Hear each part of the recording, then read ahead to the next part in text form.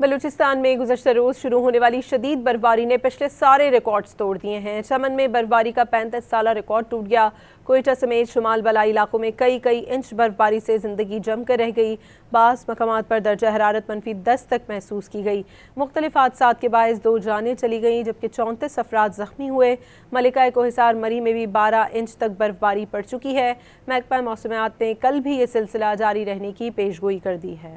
ملک کے مختلف حصے شدید برفانی طوفان کی زد میں آ گئے۔ بلوچستان کی شمالی بالائی علاقوں میں برفباری سے زندگی جامد اور نظام ساکت ہو گیا۔ مقامی ذرائع کے مطابق بلوچستان میں شدید برفباری کا 21 سالہ ریکارڈ ٹوٹ گیا۔ مختلف علاقوں میں گزشتہ روز سے جاری برفباری کے باعث ہر جانب سفیدی چھا گئی۔ ایک جانب لوگوں کی معمولاتی زندگی بری طرح متاثر ہے۔ کئی انچ برف جمنے سے گاڑیوں کو آمد و رفت میں شدید مشکلات کا سامنا ہے۔ برفباری کے باعث کھلے مقامات پر جمع بارش کا پانی بھی جم گیا۔ بارش اور برفباری کے ساتھ یکبستہ ہواؤں کے باعث کوئٹہ میں پارہ -9 تک جا گرا۔ اس دوران سردی کی شدت -14 ڈگری تک محسوس کی گئی۔ چمن میں -6 کی سردی -12 ڈگری سینٹی گریڈ تک محسوس کی گئی۔ مقامی افراد کے مطابق چمن میں 35 برس بعد ایسی برفباری دیکھی گئی۔ کلات مستونگ، زیارت، کان مترزئی، توبہ چکزئی سمیت کئی علاقوں میں شہری گھروں میں محصور ہو کر رہ گئے۔ کئی مقامات پر 1 فٹ سے زیادہ برف جمی ہوئی ہے۔ N50 سمیت مختلف شاہراہوں پر مختلف حادثات بھی پیش آئے۔ زیارت جانے والے سیاحوں کی درجنوں گاڑیاں کوئٹہ زیارت شاہراہ پر پھنس گئیں۔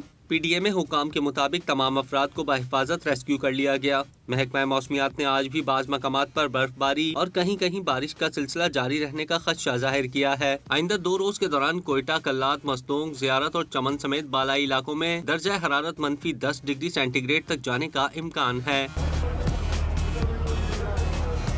ادھر پنجاب کے علاقے ملکہ مری میں بھی گزشتہ روز سے برفباری کا سلسلہ جاری ہے۔ اب تک 4 انچ سے زائد برف پڑ چکی ہے۔ مری ایکسپریس وے جزوی طور پر ٹریفک کے لیے بند کر دی گئی۔ انتظامیہ نے راستوں سے برف ہٹانے کا سلسلہ جاری رکھا ہوا ہے۔ اس موقع پر سیاحوں کے تحفظ کے لیے خصوصی انتظامات کیے گئے۔